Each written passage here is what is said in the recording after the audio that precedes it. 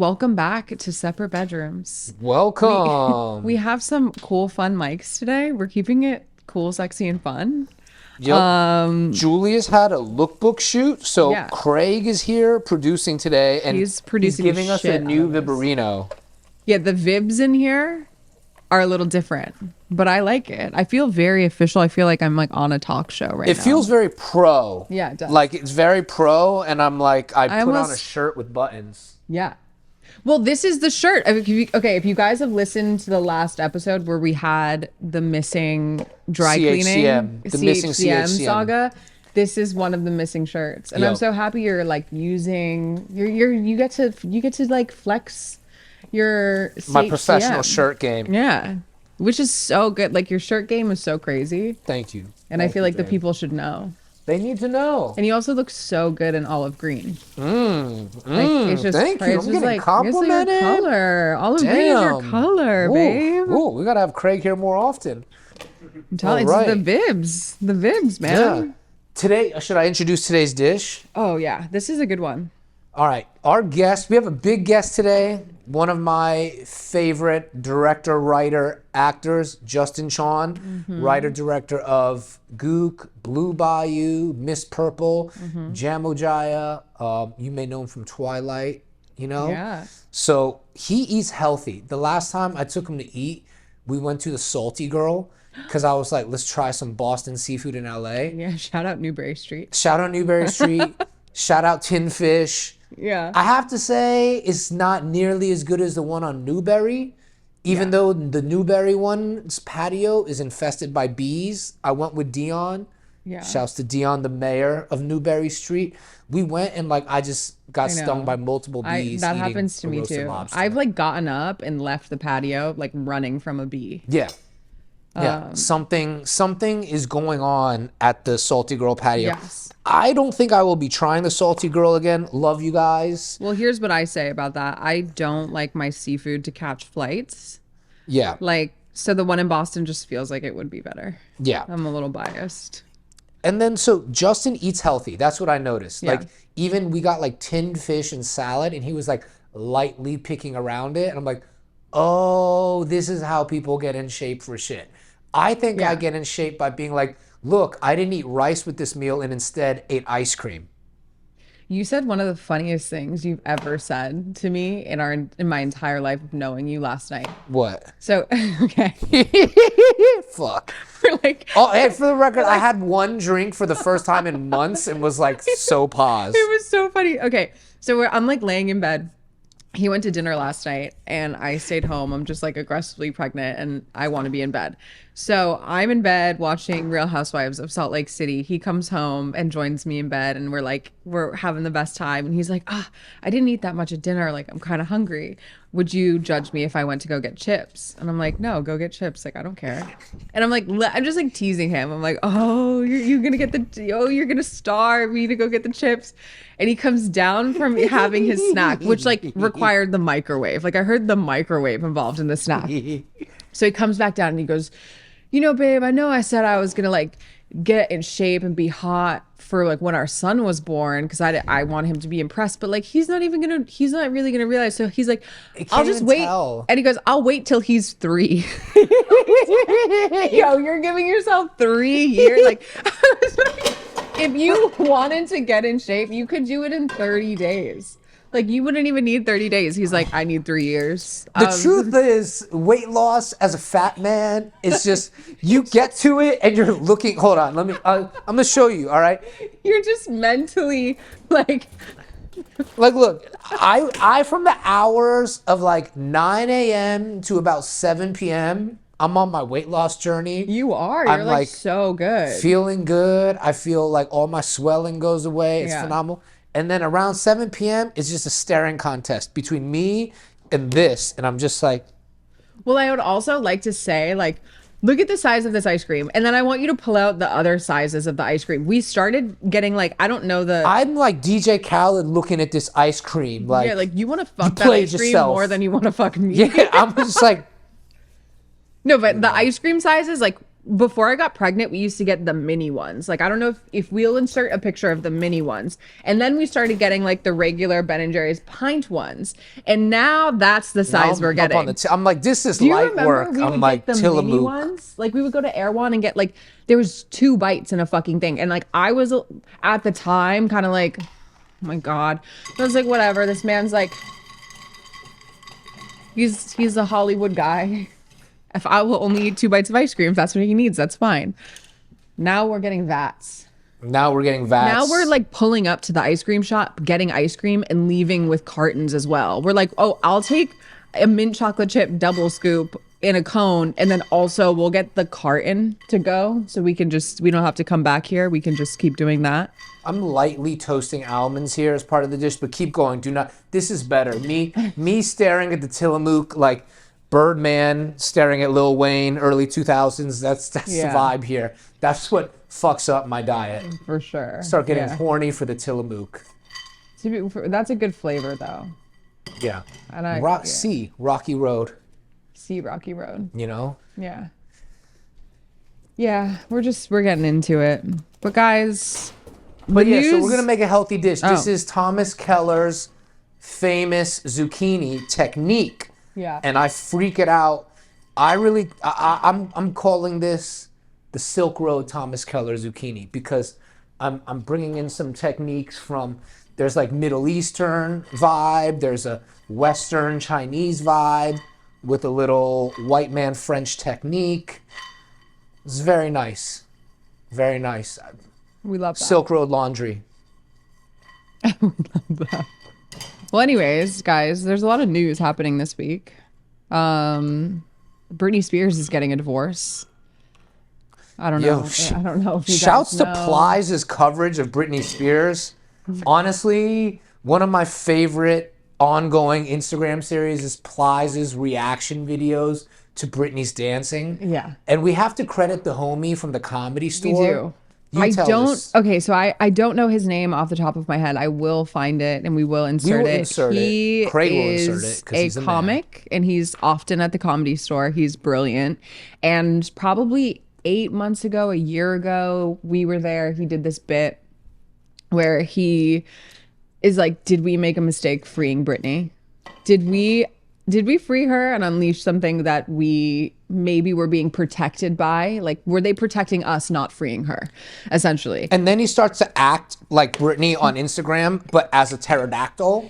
Yeah, he's like, it's fucking amazing. It's truly one of the funniest sets that I've seen at the Comedy Store. He's brilliant. And just like amongst ourselves now, when we see the videos of her, especially like just like very recently, it seems a bit unhinged. And like, I'm very happy that she's free. And I just hope that somebody's looking out for her because it does feel a little crazy. It definitely feels like one of those things that a lot of look, I was supporting Free Britney, you know, like totally. I do feel like there's a lot of these liberal causes we all supported for the last couple years that were like, oh shit. Yeah. What did we do? What did we do? Did we make a mistake? What happened was Britney's, you know, like. Well, I definitely am happy for her that she's out of the conservatorship. But I do think like maybe we freed her a little too hard. Should there have been levels to the freeing? Like, you know what I mean? Like a 12-step program of freeing her. Yeah, my thing too is just like the public outrage over things that we don't have intimate detail and accounts of. I'm just like, I'm not so sure we need to have such hard opinions. Well, there's also this insane, and I love conspiracy theories. Like, I love to dip my toe in. I think just as a Greek person, that's in my blood. That looks hot. Just letting them know that part of this is to do scoring of your zucchini so it looks like it has fishnets on. And this is going to help the cooking process. Yeah. Zucchinis are like 96% water. It's a lot of water. Yeah. So part of Thomas Keller's phenomenal technique here is he will score the zucchini, give it some fishnet. He puts salt on it. Now, the salt I'm using today bless you, is my little, thank you, Western Chinese like Silk Road mixture. It's got dried chilies, Szechuan peppercorns, cumin, and salt.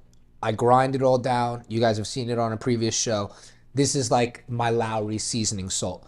So that's what's going to give it a lot of nice Western Chinese Silk Road flavor, but also salt to take out a little of this moisture from the zucchini. So this is what you do with your zucchinis. You cut off the ends, cut them in half, fishnet them, lay them down on paper towel, let them rest for a little bit. And we can continue because I will be doing this for every single zucchini. I love that. I was just I don't want to spend too much time on Brittany. All I will say is she posted a photo of her in a green dress and she said, put on my little green dress, spent the night with my boys. And there was some like explicit, she was like, I was like, oh, I see what you're getting at. Like you got a divorce and now you're in your green dress, spending the night with your boys. It's hot. Things went down. I think we can all assume that it was a sexy night. Brittany's back outside. Brittany's back outside and she's single and she's free. And I really need to go back to the Comedy Store and see our man's elaborate on I think his name is Justin something. Justin.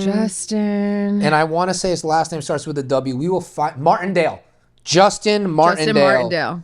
Yes. Okay. Yes. Oh my God. Yes, this is him, Justin Martindale. Yes. He's incredible. You can follow him at Justin Martindale on Instagram, and I'm sure he will update you on the Free Britney situation. Another thing I want to get into is there's like, it's kind of a breakup, but everyone's breaking up with Scooter Braun this week. Justin Bieber, Demi, Ariana, Adina Menzel, or as John Travolta would say, Adina Menzel. Yeah, so something's going on there. I don't know what's going to happen. We will be following the story. But all I know is that Justin is no longer with Scooter Braun. I think it's Free Justin now. This zucchini is going to be so good. I will just make my own personal comments. Now I see why somebody didn't show up for the James Shin episode of the pod. Did you have inside information? I didn't. No, I didn't have any inside information. But for those of you that don't know, James Shin works with Scooter Braun, but is one of my favorite guests. One of our favorite people. I think, one of my favorite people. I think James Shin is, and also happy birthday. He's also happy one of the top birthday, scorers James on Shin. multiple arcade games in Sherman Oaks. I just want to say all the positive things about James Shin. I love James Shin. Although he is aboard the SB Titanic. Oh, wow. The SB Titanic. Damn. Damn. It's like the submarine that went down trying to find the Titanic. Yeah, the Camping World. Camping World Productions. Yeah, the camping. We never talked about that on the pod because we took that week off. But that shit, like I was in. I don't know. I was on the James Shin episode. I don't know where you were at. No, that happened after. Anyways, I'm about to leave. I'm about to leave. I'm about to leave now. I'm currently leaving. I'm leaving. What you're witnessing now is not me. So Dylan Dennis is dragging Logan Paul and his fiance. Oh, this is the best shit. And if you just go to Dylan Dennis's Twitter, I don't really know anything about this guy, to be real. I found out about him in the last 2 weeks since he's been dragging this girl through the mud. This is the best shit talk since 50 Cent challenged Floyd Mayweather. This is the best shit talk since 50 Cent challenged Floyd Mayweather to read one page of a Harry Potter book. This is the best. And then it was that happened, and then 50 Cent demanded his $1 million from Randall Emmett, and that was the second best, and this is the third. Yep. This is truly incredible. And I mean, I feel for the fiance because like, what the fuck did she do? I feel like a lot of the photos are kind of just like old Instagram photos of her probably just like partying, and he's just finding them and he's like, oh, she definitely fucked this guy. And it's like, just because you have a photo with a guy doesn't mean you fucked them. But this is boxing trash. This is like boys boxing trash talk. Know. We're not looking for facts. We're just looking for the best burn. Like, I know. Who can disparage someone with the least amount of facts? I know, but I just find it like kind of crazy because everyone's like, every time he posts a photo of her with a guy, they're not even, they're just like posing for a photo. Everyone's like, oh my God, Logan Paul must be like fucking freaking out right now. And I'm like, what? Like, yeah, but could you imagine if like somebody posted a photo of you every time you've been in a photo with a woman? I would be like, I don't give a fuck. Like, I truly don't care. Like, who is this girl? I don't care. You know what I mean? No, I honestly, everybody's marrying somebody lightly used. Yeah. I'm like, dude, I married you when you were 40. Like, Yeah. there's fucking miles on this car. Like, Yeah. this shit is used. Yeah, I I'm know very that. like, yeah, there's a Carfax. I have there. miles too. Like, Yeah. my Carfax is full of accidents. Just, Babe. oh my, Like, it's not- oh my God, bitch. The shit is funny. If the shit was good, it was used. You know, I'm like, like, what do you want? I'm Like, you want lightly this used. I'm like, you want this Victoria's Secrets model, like SI swimsuit, whatever it is, Sports Illustrated. You want her to be a virgin who's never taken a photo with a man? yeah, seriously. I actually, you need someone that is at least lightly played some games, so they got moves. You know what I mean? Or just like I would, and it's so funny. This is it's like looking at tapes of like ancient basketball, right? When people first started playing basketball, it's like a white guy like Bob Cousy dribbling in circles like this. yeah, wearing a pair of Converse. And then it's like a peach basket and they're jumping and shooting like this. Yeah. Yo, you don't want to have sex with that person. You want to have sex with the dude who's like, yo, I got 50 years of tape. Like, I got fucking moves. I got inside out, like crazy shit. I don't even think it's like, whatever. Like, I'm sure there's virgins out there who like the first time they're having Savant. sex, They're like, called savants, yo. Do you know what I mean? They're Like, called savants. They don't need any type of experience. They just know. Like, you just be knowing. Whatever. And then there's people who probably Yeah, have I'm a in a lot of chat sex, where and certain they're dudes will probably just not good at it. post. They would just text to the chat like, yo, savant. Yeah. You know, like this person's a savant. Yeah. I Like, mean, there's look people out. that are just like good at certain things. Yeah.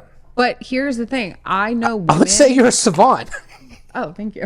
Yeah, I mean, if someone's proposing, if someone's proposing after knowing you in under a year, dead giveaway, you're a fucking savant, right? Yeah, you can't just like order this off the menu. No. People like if homies proposing within the year. I think they also had that happen. Like, I think he proposed. Oh, it was within the year? I think so. I don't know. It was very. Well, there's two ways to become a savant. Either you're just natural born talent, or you worked to become a savant. Yeah. And from Dylan's investigation, I think she seems like she worked. a It was. little bit. But what's She's a wrong with veteran. that? She's a What's wrong veteran. with that? This is something I've heard women say so much in my life. They're like, you want a guy who's like gotten it out of his system. Right? Yeah. Like, quote unquote, like he's gotten it out of his system. He's not going to run away. He's done it all. He's like ready to just set. And I'm You like, know how many okay, cars have so many problems the first 20,000 miles? You want someone to drive it, figure out what's wrong, get the new Let's see, fucking this is shit. a perfect example. Eddie has a Taycan. That shit brand new. Should be top of the line, right? That shit has been in the shop a lot. A lot. I know We some love it people- though. Shout I know to some Porsche. people out here pushing. Shout out Porsche. We love Porsche. It's just like a computer thing. But what I'm saying is, new technology sometimes it's not that great. So I know people pushing the same Toyota Corolla since '06, and that shit has not had one problem. Yeah. Used is sometimes better. I have a used Kelly. You got a used man. I have a used Hermes Kelly. I have a used man. I got my Hermes Kelly from the Real. I got my man from the streets. Who am I to This judge? car came with the Toyota Corolla neck tattoo. Yeah, he had another bitch's name tattooed on his neck when I met him. He had to switch it up real quick. Lightly used. He was like, we were on our third date, and he came through with a new. I was like, I was like, is that a new person you got in the middle? Should I be or that? Oh, it's a tequila brand. Okay.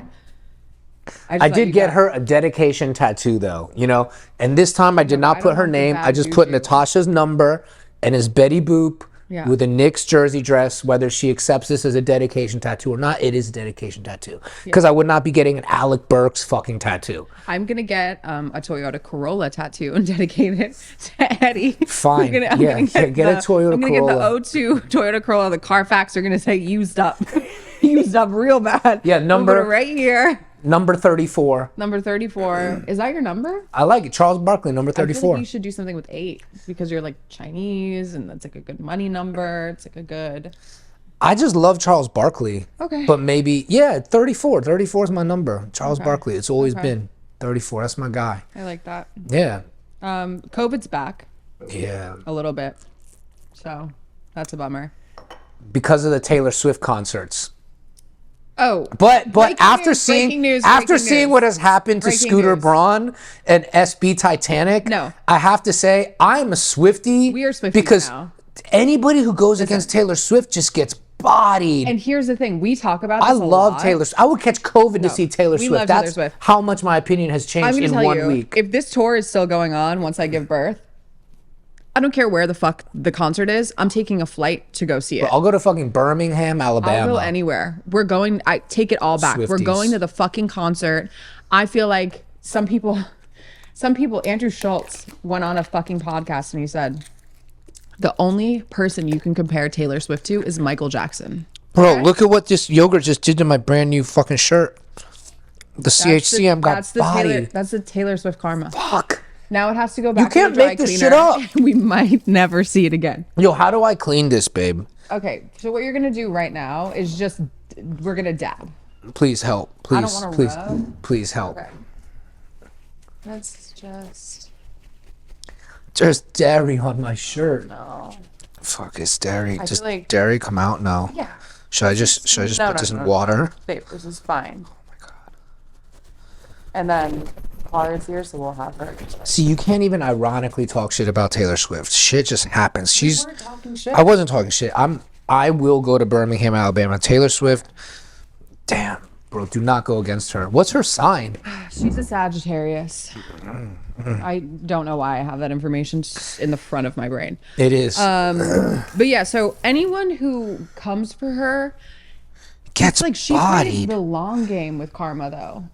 Like, you know how we've spoken about this a couple of times. where, Kanye like, is still slowly dying. that's what I'm saying. I'm like, Kanye, years. He Wrapped. was on top of the world. And then That man she is waited. a calzone. Wrapped She like a calzone. waited. And she just sat back and she made songs called like Revenge and like Snake in the Grass and shit. Like, I don't actually know what they were But called. why does she dress like a southern flapper still? I'm just like, yo. Well, I think But I that's love her it. I actually vibe. love it. You know what? I have to say, I do love that she dresses like a southern flapper. Here's what I'll say. I respect that she just like has never attempted to be like, I'm gonna do a look. Because there's a lot of people that I think in Hollywood, like you can tell when they're like, oh, I'm gonna do this thing. And you're like, is that you? I feel like she dresses for herself. She does. She's always at a Great Gatsby party in Birmingham, Alabama, which is from fire. Birmingham, My Alabama. favorite housewives is the Salt Lake City joints. Yes. There's a grandpa fucker. There's wild shit going on. And they had a Great Gatsby party. Everyone had the same fucking headband. And Yeah. it just made me think like, damn, Taylor Swift has such good style. Well, Taylor Swift probably crushes in Utah. Crushes. She's blonde. Crushes. She's tall. She's thin. She like has musical talent. She would be the Joseph illest Smith Mormon. fucking loves Taylor Swift. Yeah, Joseph Swift. Or Joseph Smith, yo, get it right. Get it Joseph right. Swift. Joseph Smith is a Swiftie. You heard it here first. The God, Joseph The Smith. Mormons are gonna like write in something, and it's gonna be like one of their chants will be like a Taylor Swift song. And she has a song. I wish we could fucking play it. She has a song. It's like Karma is my boyfriend. Karma is a god. Like she really is the most masterful manifester of our generation. She fucking is. Of maybe all time. She's unfuckwittable. Unfuckwittable. It just is a thing. Fair use dictates that because you've been talking about her, you can actually play Oh, a little bit of her song. We're playing it. love it. Let's call playing Scooter it. for the clip. Yeah, let's doesn't Scooter He own our owns like all of it. Yeah, he owns all of it. Damn. Scooter, you wanna put that in our pod episode? SB Titanic presents the Damn. Taylor Swift catalog. Yeah. Well, that's crazy. We've been really into WWE recently.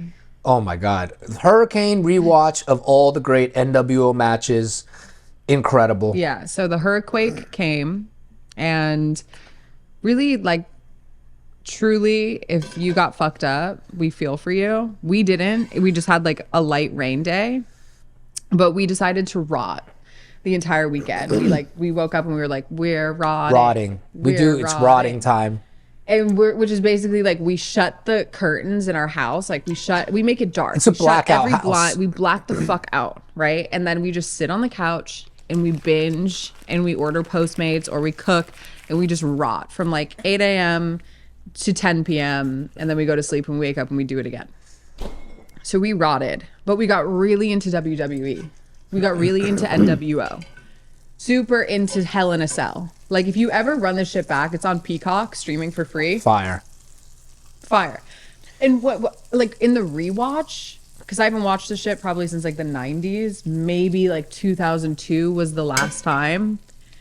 The acting is phenomenal. This is the best The written outfits show. are phenomenal. Yo, the WWE, the NWO storyline, Yeah. the best written shit ever. It's like Yeah. wrestling West Wing. Do you know what I mean? It's fucking out of But, control. like, these people are the theatrics. Did you just call them these people?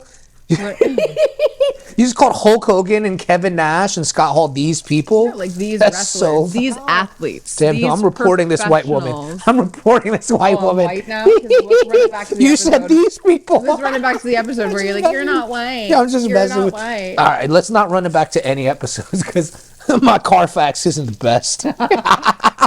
So whatever, it's just so Oh, good. can I show the viewer something? Yeah. You see the moisture came out? My zucchini wet. Wet. Big wet. Big wet zucchinis. Wet. Wet. They're wet and they have Because- fishnets on. They got, wet fishnet zucchinis. This is spicy. I'm going to sear them on this side for a few minutes. You know what's funny about this recipe? But yeah, full disclosure, I mean, I'm on the SB Titanic. You know, I'm still riding with the SB Titanic. We got, we have a project with James. Yeah, which I love is James. You have a project with Scooter. Mm-hmm. Yeah. Well, So, I mean, yeah. one thing about you, Eddie, is you're loyal. I'm loyal. You're loyal. You smart. You loyal. What is that from? Khaled. Oh. DJ Khaled. The great prophet of our time. You smart. You loyal. Yeah. The Muhammad of Miami. Muhammad of Miami. I miss know? Miami. Yeah. Some people would say he's the Joseph Smith of Miami. DJ Khaled. Yeah, except he has one wife and he's very devoted to her. Father of Assad. Yeah, and he loves taking her to Hermes. He be treating his wife good. Yeah, he does. He His doesn't go wife's- down on her though. What? Yeah, DJ Khaled famously said he doesn't eat pussy. He's on the Uncle June.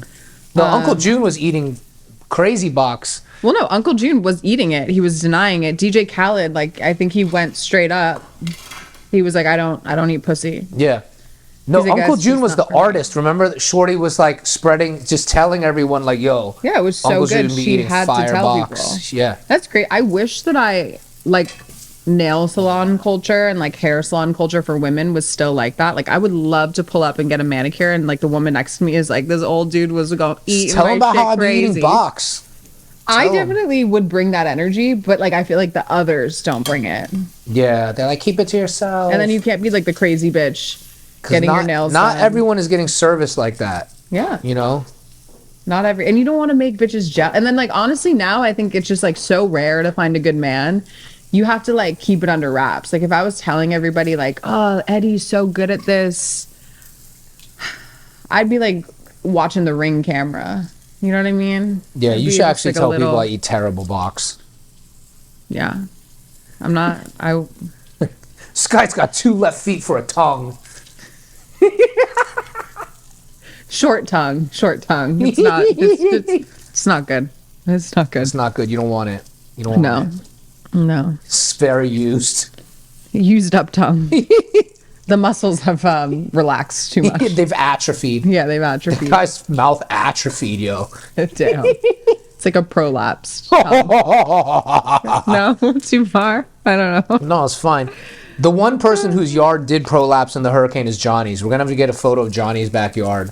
Oh, he got fucked up in the hurricane? He stays getting fucked up. Yeah, because his backyard is kind of like a Where the whole canyon drains. Yeah, that's not. I feel like when you buy that house, they have to disclose that to you. Yeah. They didn't. They weren't like, this is bad. I'm not investment. sure. I'm not sure. I gotta ask Johnny. But, Yeah. You know, That's tough. at least it's like he has no furniture in the house because he divorced his wife and she took it all. Oh, does so he at want least, like, to- if it we have floods, 2 it's okay. chairs. Yeah, I'm if he trying to wants sell them. him like one of the chairs and the couch downstairs. Oh, Yeah. Johnny. We have things to give you. Yeah, Johnny, let's do business. Yeah, hit us up. I have two black chairs and a gray couch. If anyone is interested in buying them, Shouts to in Johnny the LA area. Halffatter, Giggles. Buy our shit, Giggles. Is that his nickname, Giggles? Yeah, That's really He'd be cute. giggling on calls. Aw, Giggles. Yeah, That's really cute. he's cute. Johnny's a cutie. Oh man, this smells incredible. It's like very sweet. Are Yeah. you doing something with Fragrant, agave? very Silk Road. Smells like Genghis Khan is about to come burn down your backyard. Oh, damn. Whoa, Just butter, yo. okay, Just putting- Emerald. Adding a little butter in. Pow. Yeah. Bam. Yeah. All right. Bam. Get them. Lubricating my zucchini with a little extra butter. Yeah. Ah, this dish is coming along nicely. I love this dish. We both independently found this dish. Like I had saved this recipe before I even knew it was on your radar, and I wanted to ask you to make it for me. And then you randomly one day were like, "Oh, I'm making the zucchini," and I was like, "That's so crazy." It's not really that crazy because it was on the New York Times, but same wavelength. We Yeah. picked the same dish. We were peeping the same dish. Yeah, we had spoke to the same article. Yup. But yeah. So babe, do you have any like over unders on when our baby's gonna come? Because I'm due in a week. So do you have a date in mind? Look, doctor said 9/11. I'm sticking with 9/11. That George W. Long. You think it's gonna be 9/11? I think it's going to be 9/11, and we're going to be out there at Cedars with the Mission Accomplished banner. Yeah. Like when they throw up the lights Yup. at the World Trade Center, they're Yup. also gonna just like throw up like our son's name. I'm going to be playing Dipset Ground Zero. Yeah. It's going to be amazing. I personally think it's going to be the 4th or the 12th. The 4th or the 12th? Yeah. Why? I don't know. Why say you? I don't know. The 4th, I just have been getting a vibe. I don't know why. I just like, I feel like it's going to be the 4th. And then the 12th, because all of our dogs have been like, we got them on the Yes. 12th. There's a big like synchronicity with the number 12. There in is our a life. 12 thing going Yeah. on. Show These your zucchinis zucchinis. are going to go into the broiler at 550. Bang! All right. Here's the other parts of the dish. You get one of these European style yogurts. You want the drippy kind, all right? If you get Greek yogurt, it's too good. It's too creamy. Mm-hmm. You can't be like drizzling it. Greek yogurt's a savant Yeah, of yogurt. it's a savant. This is like thin cream. It's, it's more just you splash it on your zucchini. real It's quick. Eastern European. It's like, yeah. It's white. Yeah. It's great for zucchini, not the best for morning. I got some almonds here. All right. As you saw, I toasted those almonds with a little salt. My mom's famous chili oil. All right. I will not disparage her by saying it's a chili crisp imitator. They imitated her. My mom was is that gonna original say, bitch. The I was original like- spicy bitch is my mom. Yeah, your mom's been doing this. Yeah. I love it when Fresh Off the Boat came out and everything. My mom started her own Instagram and goes, "The real Mama Huang." I was like, I just love this energy. I mean, she is the real one. She is the real Mama So Huang. she should be claiming that title. She just wants everybody to know at all times she is that bitch. I feel her as someone who's about to have a kid, and I want everyone to know that that's my kid. That's my seed. I'm the real. I'm the pappy. Wait, what happens? Because your mom's the real Mama Huang, Yeah. and now I'm about to be also a Mama Yeah. Huang. Yeah. I have to be. But she's Birdman She's and the you're real. Wayne, like I like it. something like I like it. the real Mama Huang. You're also the real Mama Huang. That's what I was gonna say. I'm like, Yeah. I just put like the number 2 at the end of mine. Signing off, number 2. 2 is hot. Yeah. 2 is hot. The real Mama Huang. We have to have your mama on soon. We do. I feel like I just want everybody to experience your mom and her cooking. And I mean, she's the real Mama Huang. We should just have her on and interview her about what she thinks I should do with my career, because that is the most insane shit. What's more interesting is what she wants to do. She Like, thinks I should be an AI producer. She was like, Eddie, you writers are gonna lose. The I AI mean, is gonna win. She's like, you should be an okay. AI producer. I was like, Okay, but is what? she not being smart? Is she not foreshadowing? Is she not Yo. like looking into the future and looking out for you? I'm loyal. No, for sure. But I'm saying Loyal. like her points are valid. There's a strike going on. She's like invested in what you do in your business, and she cares, and she's looking out for you. She was like, be the AI. I was like, Mom, what the fuck do I know about AI? Like No, for nothing. sure. All I know is it's taking jobs. What I find more interesting though is the business. Eddie's mom has honestly, like, if anyone needed an idea for a business, she has it. There's just endless supply of ways to make money. It's so fucking cool. Some of them are illegal. Some of them are illegal. They're all So good what? ideas. But they're though. all good ideas. They're all very like good illegal ideas. or not, they're good. They Wonderful make ideas. sense. I'm like, she tells them to me, and I'm like, no, that's actually fucking brilliant. And I would love to jump on board. I'm just waiting. I'm like, wait till I have this kid and I'm not like stupid anymore. Because like when my brain stops being a pregnancy brain and I can actually like do something. Dude, doing it. you've been like really nice this whole time, though. You know, like I know. Well, I feel was like it's telling. chilled you Okay, out. so I was telling Craig this because we were talking about something, and it's like I feel like just as a woman, like maybe I was insanely hormonal, or just like I don't know, maybe I was a little mentally ill or something in the pregnancy. Maybe we don't. I mean, Let's check the maybe, Carfax. maybe. But it's crazy because Lightly ill.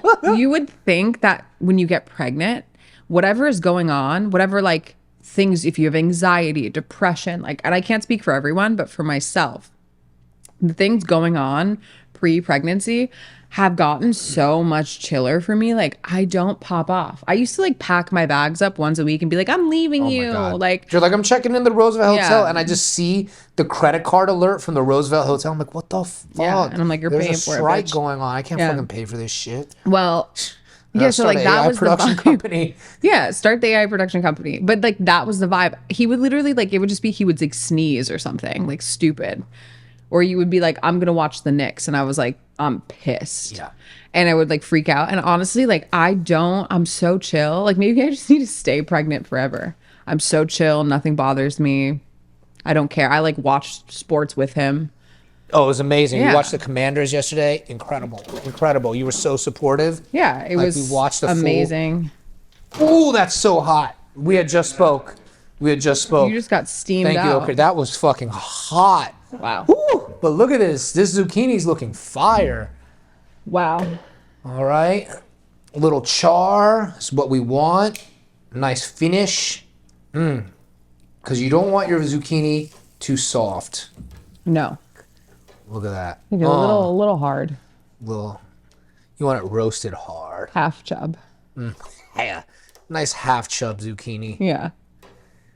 Oh, you see, all of them still got texture. There's a bounciness to it. No one's showing up like a fucking spaghetti. No. Delish. Do you like zucchini noodles? I'm not mad at zucchini noodles. I don't go out of my way to order it, but if somebody serves it to me at a place like the old Angelica Kitchen in the East Village, I'm very happy to have some. I'm very happy. I really miss Angelica Kitchen. That was my favorite like vegetarian vegan restaurant. Yeah, for, when like, I was hard edge dudes. when I was vegan, I was obsessed with zucchini noodles. I had so many. I had like great recipes. I'm into a kelp noodle. Not mad at a kelp noodle. I like a kelp noodle, a little bit more firm. Yep. So you're drizzling with yogurt. Yep. Just laying a bed of yogurt here. Just impregnating every zucchini. Yeah. I'm a little jealous. Oh. This is fucking good. The ooh. Ooh. You gotta talk to it. Like now I understand like Ina Garten, Emerald. It's like when you really love this shit, It's the same thing people say, talk to your plants. oh yeah, you gotta Talk talk to your that food. You gotta Yeah. talk to this shit. Talk to your food nice. Totally. And then you get like better energy from it. Be nice to your zucchini. Now, I'm going to drizzle chili oil. Okay. Everybody gets chili oiled. Now this is important that you seasoned your zucchini with salt well early on, not just to get the moisture out, but to carry the flavors of this, because we haven't talked about it. It's cooking basic, but salt and sugar are flavor carriers. So without the proper salt seasoning, you're not going to carry through. And then I'm going to bring this up for the next point. As you will see, we're not just going to rely on our original salt to carry the flavor. We're also going to come through with some honey here. Ooh. All right. So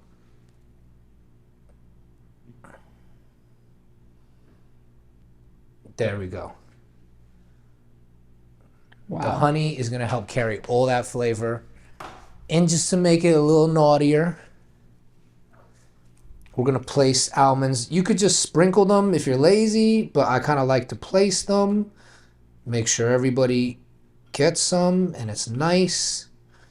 I like to do about 5 or 6 almonds on each one.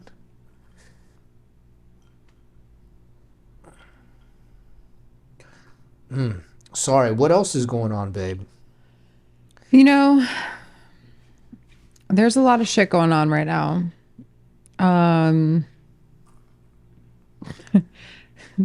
There's the continuous coverage of the fires in Maui, which I feel like we're going to get into with Justin. Because Justin lives in Hawaii, so that's going to be fun to talk about. Is Justin close? He should be, yeah. Okay. So we'll save that for Justin. I'll finish this. We'll cut.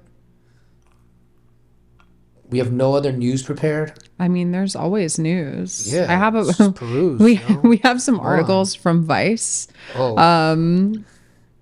Documenting the worst STI stories that people have experienced, and they're kind of crazy. And I know we talked about this on an episode recently where it was like STIs are on the rise and like people are having more sex without condoms and protection. You were so nice because everyone remembers it was Craig.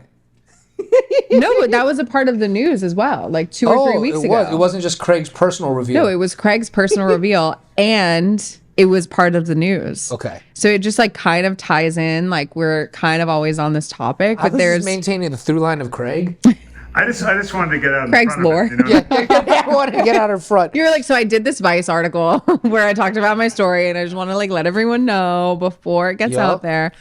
But I mean, there's some crazy, like I won't get into every individual story, but just like the meat of every story, if you will. Mm-hmm. One woman said she developed blisters on her vulva. Ooh. And she said, last summer, I contracted an STD at Lowlands, a music festival in the Netherlands. Why is she saying the music festival? It's not the festival that gave it to her. It's a dude at a, or she's a saying person. She's saying where she contracted it. She's just giving us context. She's saying if I was the music festival, I'd be tight because I'm like, the fuck do I know? No, I'd be like, this is good. People are fucking here, and they're fucking without protection. This is a fun place to be. True. That's true. This is they're living in the 60s. That's true. I don't want to go to a music festival in 2023. I want to go to like Woodstock in the 60s. That's like Free when love. like some crazy aunt was like, I got herpes at Woodstock. So sick. Someone's auntie definitely did that. So she said, on the first night of the festival, I was completely off my face and had sex with this guy I just met. We didn't use a condom, so I had to take the morning after pill the next day, which, if you didn't know, doesn't protect you against STIs. That will only maybe kill your baby. So not long after, I found out I had herpes. I had a gross, smelly discharge, pain while peeing, and I developed blisters on my vulva. It was very uncomfortable, although I've heard much more disastrous stories about herpes. In the beginning, am I doing a full fucking? Wild. Do I do a full reading? This is wild. I'm going to interrupt this to say that when Future DS2 dropped, I did contemplate at CVS doing Activist with Plan B to celebrate. Why would you do Plan B? Just because it felt like the theme of the album. Do you know it like hurts doing Plan B? It like makes you sick. Oof, I did not know that. Yeah, I did not try it. Like, I just drank the Activist with mango Fanta. You're like, yeah. I wonder what would happen though if a man did Plan B, Because like the times that I've done it, which is very few times in my life. Every single ad you see for a drug, it's never just like the thing. It's like it could make your it could give you cancer. It could get your dick hard. Yeah. It could like make your feet swell. No, they're not. They're never like it's like this will cause like chronic diarrhea and nausea and fucking you might who knows what you might just die. And then they're like, but it's to treat your fucking what is it called? I'd be very curious eczema. to see like what happens if a dude takes Plan B. If you're a dude and you've taken Plan B, please write let in the us know. comments. I would honestly like to have you on the podcast. Yeah, honestly, I would literally listen to you talk about that experience for the longest time because the times that I've taken Plan B, like I was down and out. I was sick. I was like cramping and throwing up. Like I thought, oh my God, I'm going to take Plan B and like order pizza and like feel bad for myself. And I was like not doing well. I was unwell. Which brings us to the other news that I submitted. I was waiting for you to get to, but you have not. Is that Gilbert Arenas was saying it is cheaper to pay for pussy than it is to date women because his math was that when you date a woman, you got to pay for like 3 meals a day. And he said that he could pay $250 and get to the good stuff. I just have one question for you, buddy. Why are you not married? Ask me again. I'm not married because buying vagina is a little bit cheaper these days. I mean, out here, especially for me, women out here, they want the Birkin bags. They want to eat like 3 times a day. Fuck, right? They want to go out places, and then they don't want to go like regular places. They want to go to all the expensive ass places, right? They want to go to the expensive places, movies and first class tickets. This shit. They want to go on vacation, right? And if you don't look good, they want to like pretend that they got the shit themselves. So there's a lot of things that come with when I can just pay like $200, $250. Get right to the good stuff. It's gonna be a lot cheaper, I swear. And then your wife ain't gonna give you the pussy that I can possibly get buying. He said the good stuff, and I'm here to tell you. I'm here to tell you, as somebody who knows the price of the good stuff, it's not $250, bitch. It's really not. It's really fucking not. The average shit, I mean, I don't know about everywhere, but why you gotta tell everyone you know this stuff? You could have just pretended that you were like less lightly used. I'm kidding. I'm not saying I was putting it. Now you have to clarify. I don't have a price tag on my shit. Okay, I wasn't walking around. I didn't have a price tag in my DMs, but I am a woman. I lived in New York for many years. I know a lot of girls who like were on a yacht. The going rate. You know the going rate. I know the going rate. I know some girls who were selling pussy. I know what it is. I know the sugar babies. Like, and when I'm telling $200 for some good shit, I don't know what you're talking about. I know mids shit going for like $2K. I know I cannot participate in this conversation without ruining my life and career, so I'm going to plead ignorance. Oh my God, I already know. You don't like. I already know about you in your life. I already know. There's nothing you could say that would piss me off. But I don't know anything about this. All I'm saying is Gilbert Arenas was doing some very interesting math this week. Yeah, he was doing. I think have you done the same math? In your life ever? No, I bought 2 engagement rings. Clearly I was doing 0 math. Yeah, you were doing it wrong. I think guys that are cheap though, I'm just like, he's gonna end up in this article if that's how he's feeling.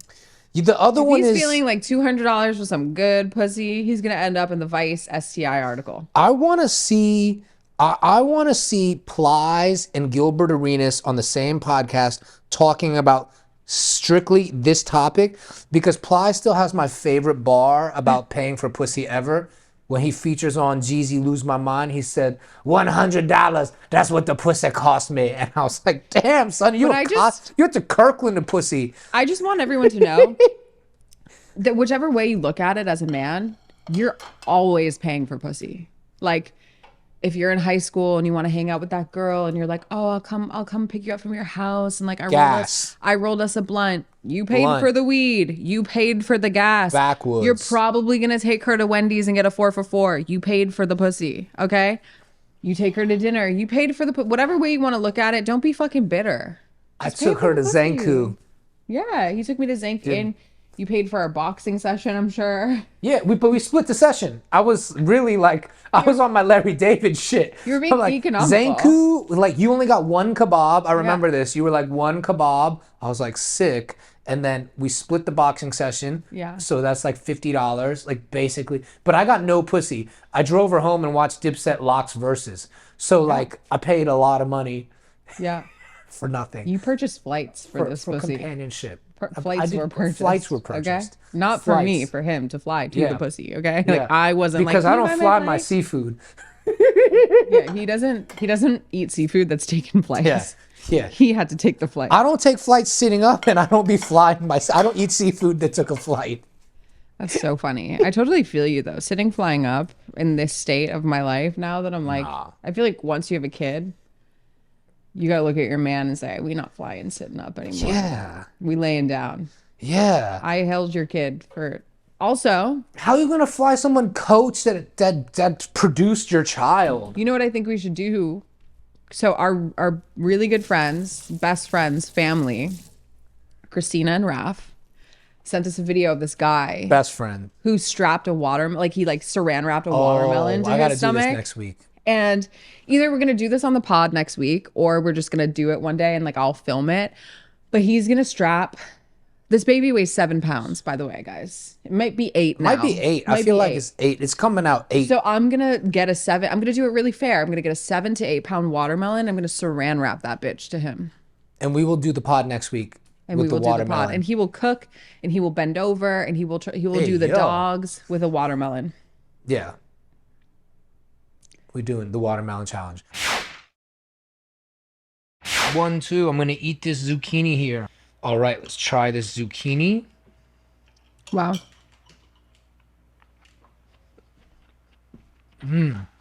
I like this better than the first time you made it. Everything is kind of like practice. But you built off of it. Yeah, because my thing, I think, was I seasoned this one even harder than the first time. Because once all the layers are on top, I wanted my spice mix to show through. So the spice mix is really showing through better this time. And I used a higher temperature searing the zucchini because I didn't want it to be there too long and get mushy, but I like the flavor of roasted.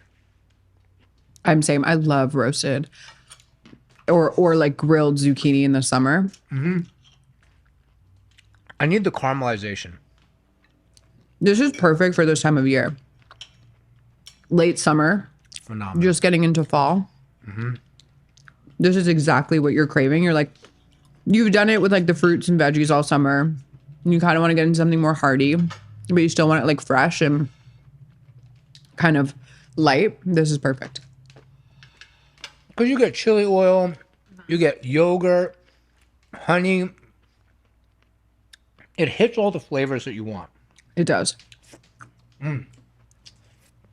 Like this is if we were out somewhere and ordered this as a starter, I'd be like, I'd be Fire. the happiest. Yeah. Yeah.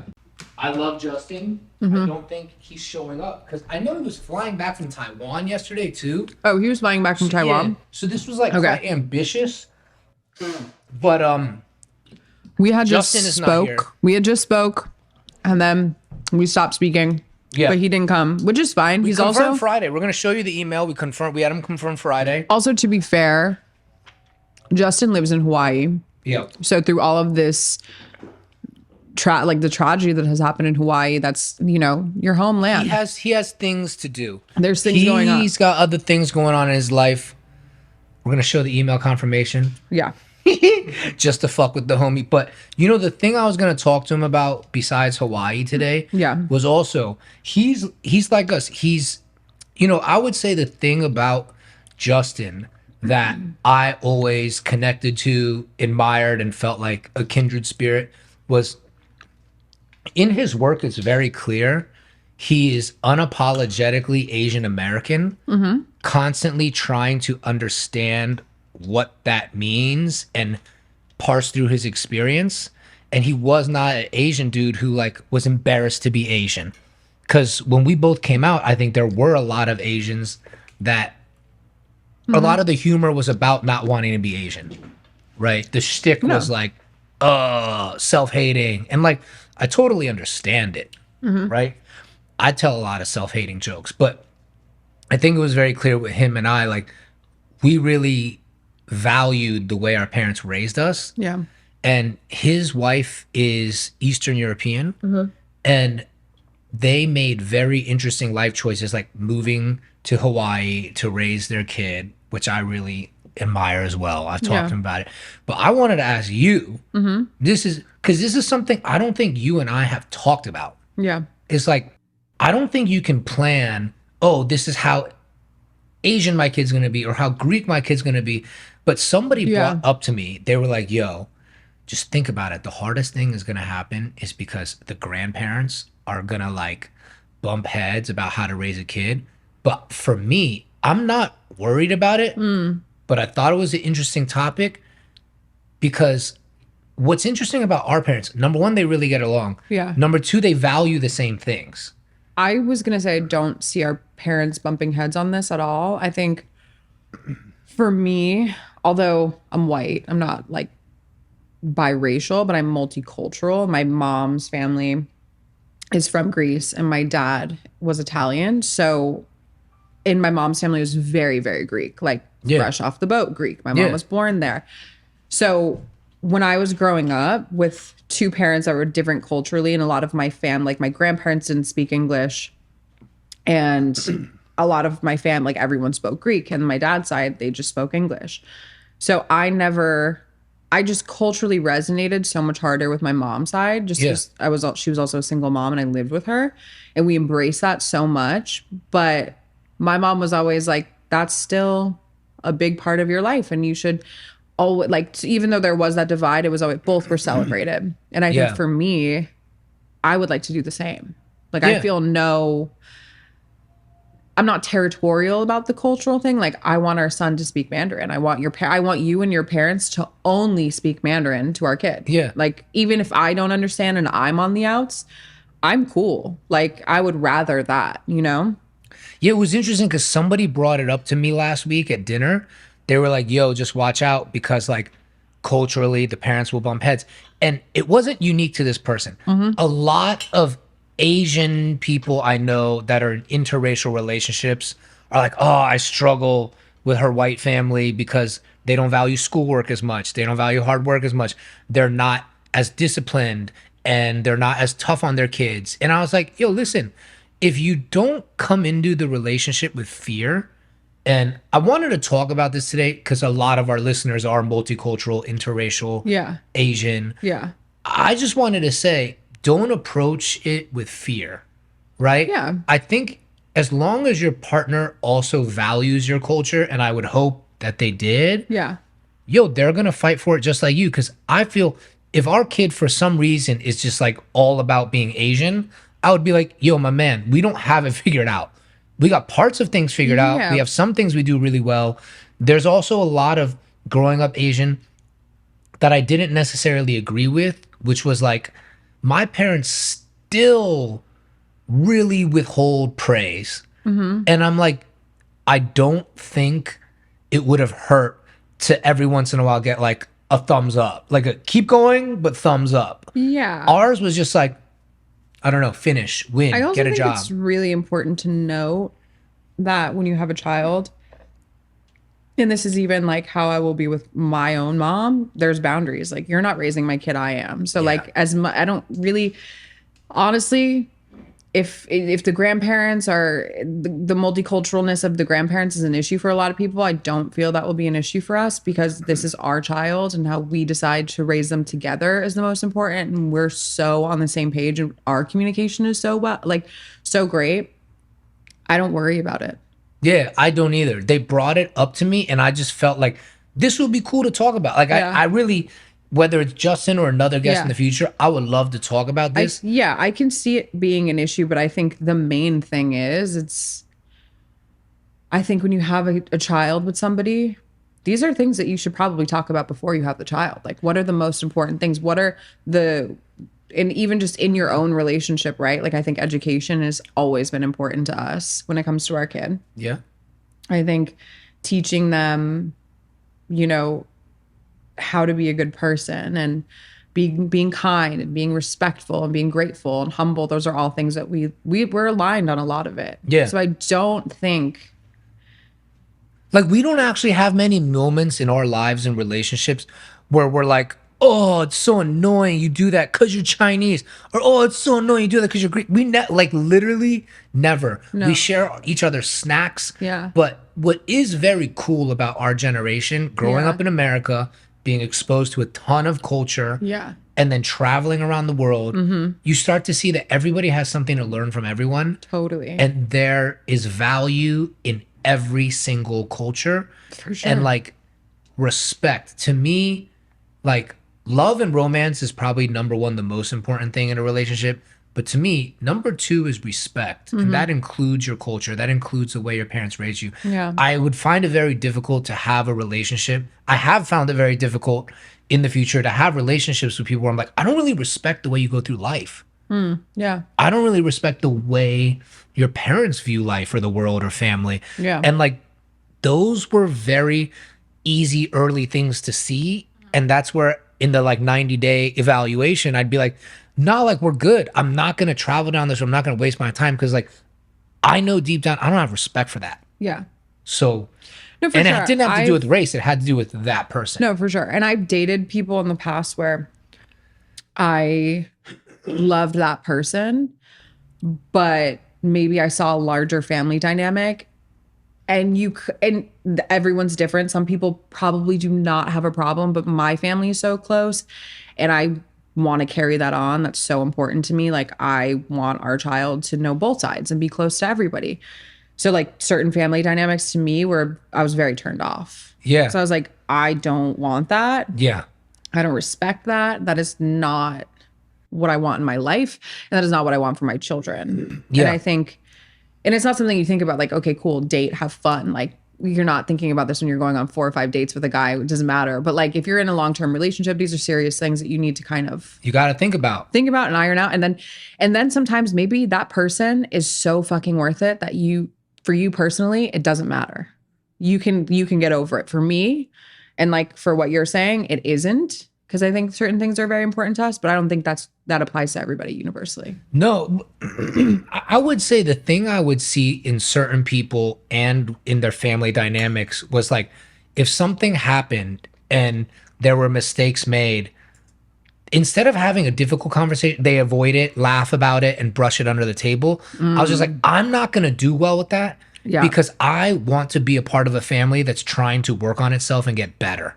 I don't want to be in one where nothing gets said and everyone just keeps it copacetic. Yeah. Like that was a big thing for me, like accountability and the ability to communicate my bad and like, I recognize this, I'm going to work on it. We do that really well. Within 72 hours, we fucking cut the shit and we do it. Bro, stop calling me. It was very funny with people texting like 5 times. And I'm like, you've texted me 5 times. I don't know. Maybe don't call. If the texts are going unanswered, what makes you think I'm gonna I'm gonna like upgrade to a phone call? Yeah. You crazy. That's dude. wild. At least it wasn't a Crazy. FaceTime. Yeah. Yeah. The like rogue FaceTime from like somebody that's not top 5 in your life is so crazy to just me. Like when crazy. someone I'm like appalled. I'm like, what? You want to see me right now? Yeah. Like, You can't do that. FaceTime, I'm like, yo, clean your car. First, clean your car. That's a crazy car you're FaceTiming. There's just 5 people in my life that can FaceTime me and they know who they are. They're like, we FaceTime regularly. And Yeah. like, if you're not one of those people, I FaceTime I'm a terrified. lot because we have no service in this home for people you with do FaceTime T-Mobile. audio. So I do FaceTime, but also sometimes in a group chat, like with the agents and managers. I'd be doing a lot of, but yeah, It's that's my different. work shit. That's They're work. top We're 5. like on Zoom. Your all agents the- and managers are They're top 5 top in your 5. life. They're top Yeah. 5. They're top 5. I love them. I I love know. I love the whole team. Rarely say I really love my team right now. I do too. They're so great. I love them. M88 is in UTA. Amazing. Fantastic. Yeah. Zooming with Spencer Reese, just a wonderful day. Wonderful way to start the day. Yeah. Oh, Justin. Yo, what's up? Yo, my bad. Ran way over. I'm rushing over now. Yo, Oh my no God, no worries. Yo, worries. you're on speaker on the pod right now. It just, you know, it's so funny. I was telling people, yo, he's flying back from Taiwan. This is very difficult. You know, his home, Hawaii, is in trouble. I was just like, there's got to be a reason. alive? There's got to be a reason. Is he alive? Yeah. We're like, No, is he said, Justin "Is it alive? live?" Is your podcast? Oh, yeah. You're talking to the microphone right now. That was fucking recorded, bro. I mean, no, we're recording it, but like, we're recording you right now. Shit. Yeah. Fucking. Oh fuck. Yo, I love you. Dude, it's fine. Just, how about this? Let me just ask you the question I was going to ask. Well, how far are you? Dude, it's gonna take me like 20. Don't worry. So look, let's just talk real quick. I had a question for you, right? And this is a big one. Yo, what has it been like raising your daughter like in an interracial family? Like, cause this was the big thing, and I'm gonna give you the big setup question. In your work and just knowing you as a person, I feel one of the things I really admire and like is that you are unapologetically trying to figure out what it means to be Asian American. I feel like you like it and you value it, and you were not an Asian dude growing up who was like hated on being Asian or was embarrassed being Asian.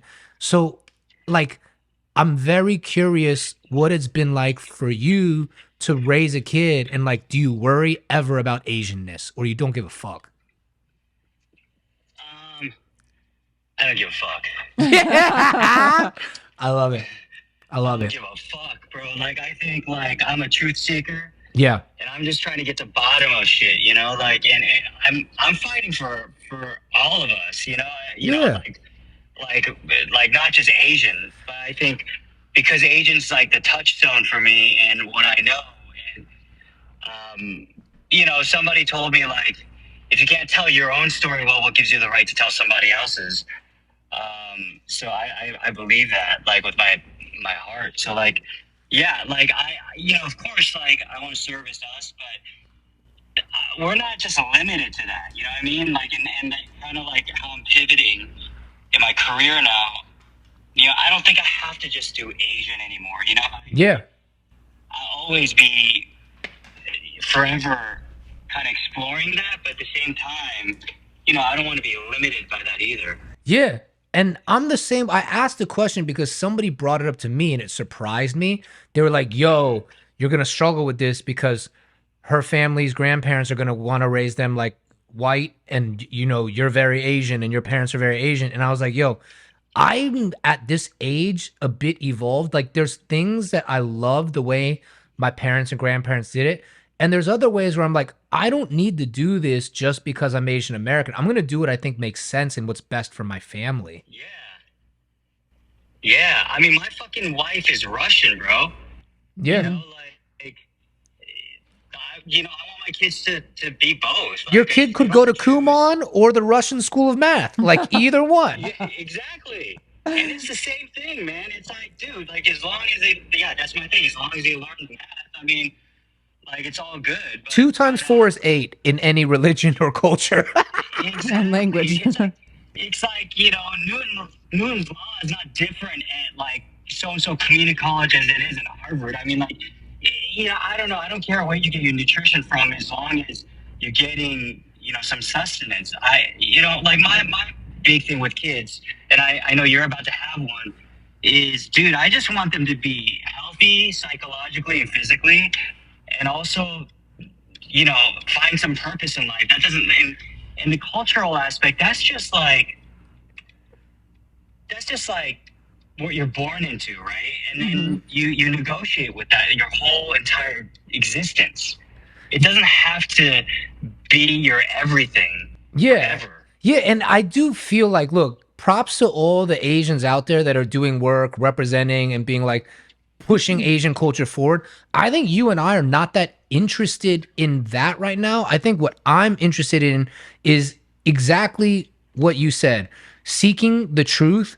And what I have to offer is my Asian American human lens that I see the world through. Like, it is undoubted that I see the world a certain way because of my upbringing, because of my culture. But like, it should not stop there. I feel everyone should evolve and change and grow, allow themselves to like be the fully formed humans they're meant to be. Yeah, I think that in itself is Asian American because it's through your perspective that you're telling a story. So that in itself becomes Asian American. There's no way around it because you had certain experiences, you lived the world, in the world the way you did, and see the world in the way you do. And when you tell a story, it gets filtered through your system, through your instrument. So by essence, that becomes Asian American. That's how I feel about it. I don't think you have to like put a fucking, flying dragon or fucking have some like, fucking, fucking some koi fish in your fucking film for it to be Asian, Yeah, we unfortunately, me and Natasha both have giant Asian fucking dragons on our backs, but like, we just, that's for fun. Yo,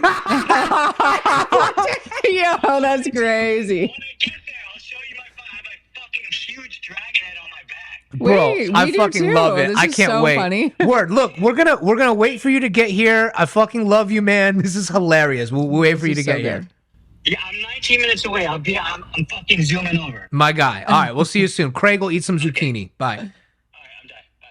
Bye. Craig, let's have some zucchini. Wonderful, Amazing. wonderful. All right. That's the thing. She starts complaining about living here. I get her pregnant. He's like, where are you gonna go now? You're like, He's like, Oh, yeah. shit, He's like, oh, you want to go for a long walk now, bitch? Oh, shit, man. I'm like, no. Looks like you got a watermelon struck to your chest.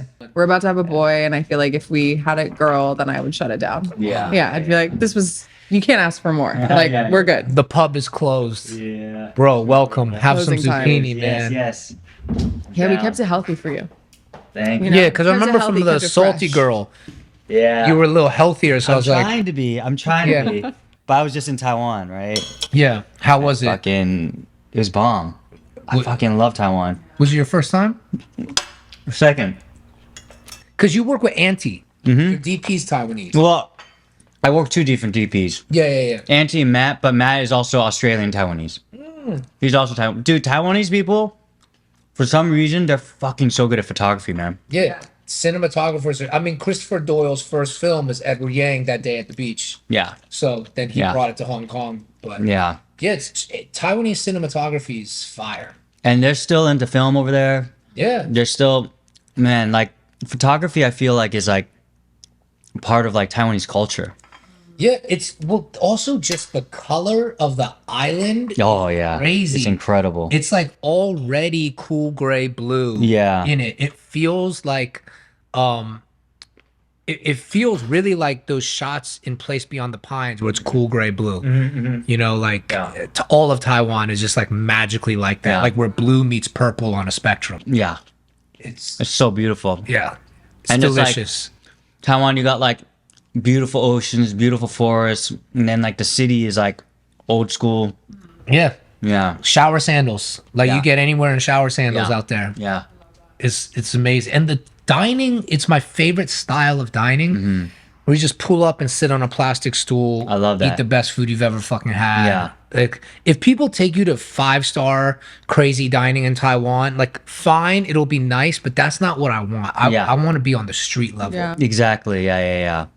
Yeah, I had a college friend I met up with, and he kept taking me all these nice places. I'm like, no. I want to eat the dirtiest beef noodle soup, like that's been in the, been cooked from the same vat for like decades. Yeah. And they mean well. That's the thing. Like I would snap on them and I would like tell jokes and then it hurt people's feelings. Like, okay. I know you mean well, like taking me to Smith and Wollensky's. Yeah, but like, yeah. I don't even eat at Smith and Wollensky in America. Yeah. You know, like I'm good. It's that giant steakhouse on 2nd Ave I never Yeah. went in. Yeah. So it's Taiwan's funny. Like people, they want to show you the best Of course. and they don't realize that their everyday is the Is the best. best. Yes. This is the interesting thing about travel. Dude, It is. it was a bomb. I loved it. You went out there to screen the movie. Yeah, so Sundance has an offshoot in Asia every year. Oh, For Gook, they did it in Hong Kong. I didn't get to go. But like last year, it was in Indonesia. This year was in Taiwan. Oh, so if you submit your film to Sundance, you'll do Sundance, and then you can also do like an Asia.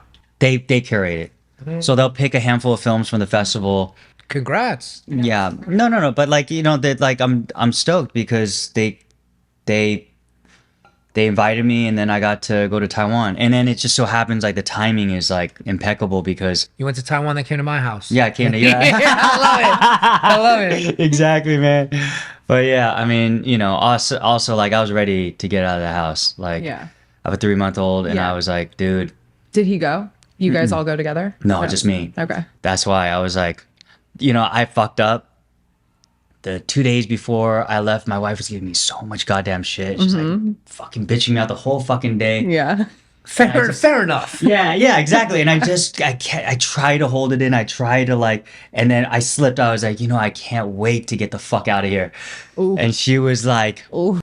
and I was like, immediately after it came out of my mouth, You're like, I just bodied myself. I just bodied Yeah. myself. And now this is going to take the whole last day to fix. I fucked. Yeah. Or you were gonna go back to like the locks being changed or some Yeah, shit. You know what I mean? Like just some real. Yeah. Did you fix it? Yeah. But immediately after I said it, 10 minutes later, I was like, I apologize. Yeah. And I started the work. So sorry. So sorry. So I got on my knees. Sorry. And then, all the next day was me taking care of shit, cleaning shit. I was like, fucked up. Listen, we're very familiar with this process. Yeah. Very familiar. We know this process. And then when well. my apology isn't accepted within 72 hours, I'm like, yo, what the fuck do I have to do? Yeah. This is over. I just declared the war is over. The war It's so crazy because then I'll end up apologizing. I'm like, oh my God, I'm so sorry. Because I'm just like, I've done enough apologizing. You are fucking both of us up now. Yeah. You're fucking both of us Yeah. up. The war's over. Yeah. And then she's like, yeah, I'm not even that mad. She's like, I'm not even that fucking mad. For sure. Oh my God. You just ride it out. I'm like, how long can I just hold this grudge for? Yeah. You love it. You love it. I do. It's fun sometimes. You for and me. his wife would really get along. Yeah. Sometimes there's getting in a fight. Like he'll say, he's like, you like to fight sometimes. And I'm like, okay, a little bit sometimes. Yeah. I mean, A I moved you little from New fun. York to the canyon. There's no one to yell at just on Yeah. the street. So Straight you're up. Like, all right, Like dude, no one's you- shoulder checking me. I just have to get mad at you. Yeah. I have to take my anger out on you. Yo, I'll be in bed and she just goes like this. The fuck's Yeah, I'm wrong like, don't with get too you? crazy. I'm gonna change the locks on you. So fucking But no, I good. feel you. Yeah. 3 months is the perfect time though. Yeah. I keep Yeah. telling him. I'm like, okay, I'm due next week. Yeah. So his baby's coming out. Nice. And I was like, So I'm like you, I scheduled a shoot in 3 weeks. Yeah. So, yeah, he's cute. He's like, I'm going to New York for 5 days. And I'm like, all right, cool. We'll see about that. But Work. Yeah. I'm like, December, let's take a vacation. Yeah. I'm like, let's go away for the holiday. 3 months. I feel like that's great. No, that's deserved. Yeah. I think that you'll need it at that Yeah, point. You just for need sure. to get out of your because when you have a newborn, you're in. You're not leaving your house. Yeah. Right? And then you just start getting like my wife's going through right now. She call me every other day, emotional and crying and be like, all I do is hang out with this thing that can't talk to me. And then also, Yeah. and then this primitive human being that's 5 years old, Yeah. she's going crazy. That's a lot of energy because it's you're Yeah. feeding this new being. Yeah. They just feed me and then put me to sleep and Yeah. change me and feed me and put me to sleep. Exactly. And then you're And it's- doing that. And it's 24/7. Yeah, So 3 months is a good time to get out and Yeah. go somewhere and just for sure. do your own thing for a second. My plan is to get you Zelda the day before I leave, and then you got Zelda. You think I'm gonna have a newborn and I'm gonna be like, oh, I have so much time to play this Yeah, video game? bro? We spent So we spent crazy. 3 weeks playing Donkey Kong. Yeah, It but was we didn't have a amazing. baby. This Yeah, but baby's you'd gonna. be, milking. This is so and then you great. put him down. I and love play, this. Play Zelda and then This is milk. great. So what I'm hearing is we're hiring someone to take care of the baby so I can play Zelda. Yeah, Wow, well, I love that this is on we are, camera, we are. Justin. This is We have amazing. Your mom, my parents, the night nurse. Yeah. You play Zelda and be I love it. because if it was me, I'd be like, yo, let me get NBA 2K. I'll be cool. Yeah. This is so crazy. But this- Not only am I strapping a watermelon to you, I'm gonna strap 2 tits to you. And you know what I'm gonna do? I'm gonna be like, feed me every 3 hours. You're gonna have to Yeah. breastfeed me to practice. I'm I would- curious. I'm curious what kind of kid you guys are gonna have because my first one was gnarly. What do you mean? She As a would- baby? Yeah. Just hard, colicky? Never, yeah. Okay. Colicky, everything you can imagine. Yeah. Never sleeps. Okay. And then my second, the boy, came out of the womb, not even crying. I was like, yo, is it okay? I was Yeah. like, is this baby okay? I was like, just This came one's- out, dude, wasn't even this crying. I was like, is it one's fucked up. breathing? Yeah. And then they just handed it to my wife, and I was like, barely making sounds. I was like, is this Yeah, you're baby like, what's normal? wrong? Yeah, with your this one? journey is like ours with our dogs because our first is a girl and she's deranged. Yeah, yeah, that's like mine. Deranged. Unwell. Yeah. And then the second We'll one. look you dead in the eyes and take a shit on the floor. Yeah, that's like my daughter. Yeah, and after you've done everything, I'm like, we Yeah. took you on 7 walks. We we the groomed worst you. moment in this house that we're watching a great movie or something, and I see Killa walk in front of the TV and back, looks right at us, and just goes, "Pop, and just shits green No. fucking diarrhea. Shits isn't the word. Sprayed. It's like a fountain soda machine. Like it came out Jesus. spraying, and I was like, Sprayed. and she locked eyes with us the entire time. Hate shit. Intentional. She was like, she was like doing something in her body to create that. I've Yeah, never yeah. seen an animal do that in my Because life. she knows to go was outside. insane. She didn't go outside. She walked across in front to Yeah. get attention, didn't get attention, and then just sprayed green shit. I was like, oh, Not that having an animal in any way is comparable to having a child, but that dog, truly, I would not feel confident to raise a child right now if we didn't go through what we went through with this dog. Yeah. Like, there's nothing a child is gonna do that dog hasn't already done to us. Like, we would be up every hour with her when we for the first year. She was just screaming. Okay. You she's guys are, eating barking. holes into the house. Yeah. Dude, every time you would like leave her for an hour and go back and find her at night from like 10 p.m. till 6 a.m. yeah. she would have diarrhea everywhere. Oh man. Like fully there was times where like I showered 7 times one Yeah, night. yeah, So I was yeah. like, I just cleaned up diarrhea from this dog Yeah. again. And then we hated each other. We like couldn't look at each other. Like our fucking relationship devolved. Like he was like, this is your fault. And I'm like, fuck you. Like, why did we get this dog? Like her mom would try to come like counsel both of us. Her mom's great. Like Yeah. like I talk to her mom when I'm like, yo, I can't do this. Like when she canceled the wedding, like I talked to her mom. And her mom is really funny is because she'll talk about it in the context of just us. And I'm like, yo, it's not actually us, it's this dog. Because everything that happened was around this dog. All of our fights have It to really do with was. this dog. Oh jeez. It really was. But now it's cool. That is good training though. Yeah. Yeah. Yeah, that is good training. And the second boy was just like a miracle dog. Like I Yeah. love Oh my God, I love dog. this dog. He's never done anything wrong in his life. I'm hoping that's what my son is gonna Yeah. be like because my daughter is gnarly. What's the astrology of your kids? Like what your daughter's sign and So your my son's daughter is Capricorn, December 30th. sign? Okay. But my son is born like 2 days after me, May 31st. Taurus. No, Or Gemini.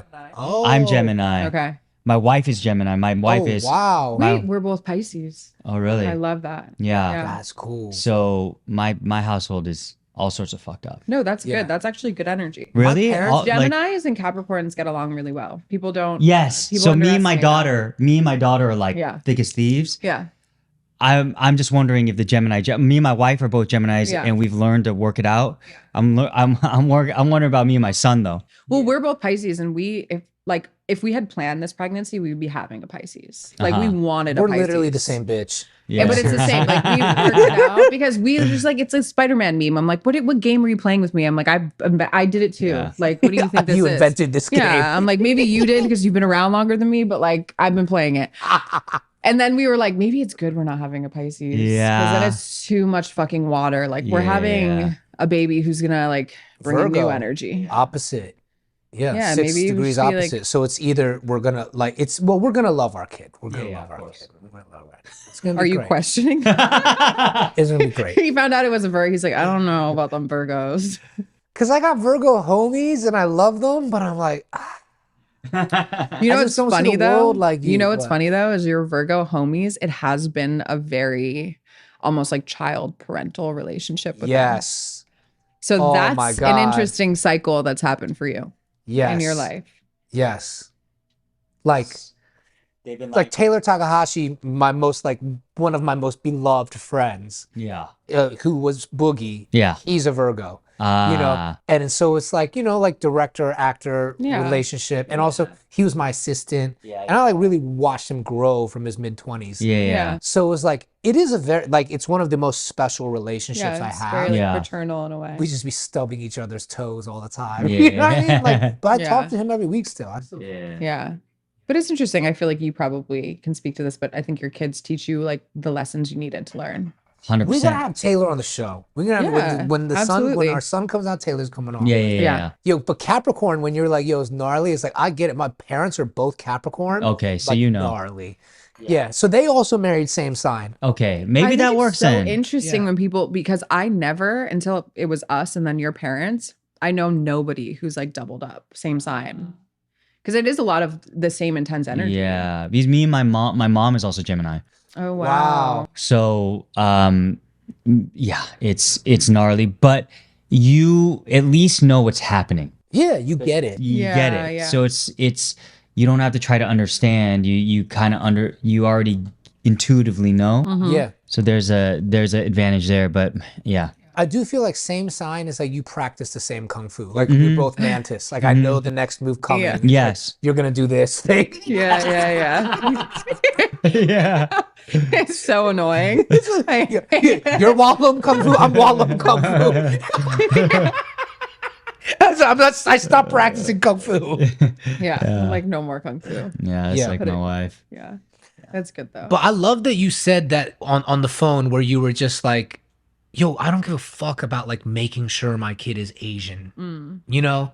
And I feel like, They can't escape it, man. Like Yeah. just a skin color, they can't escape it. You know. yeah, why enforce something everybody else is going to reinforce anyway? But Yeah. that's weird to try to enforce that. Yeah, I agree. Yeah, I mean, I would love. I'm trying to get my kid to learn Korean.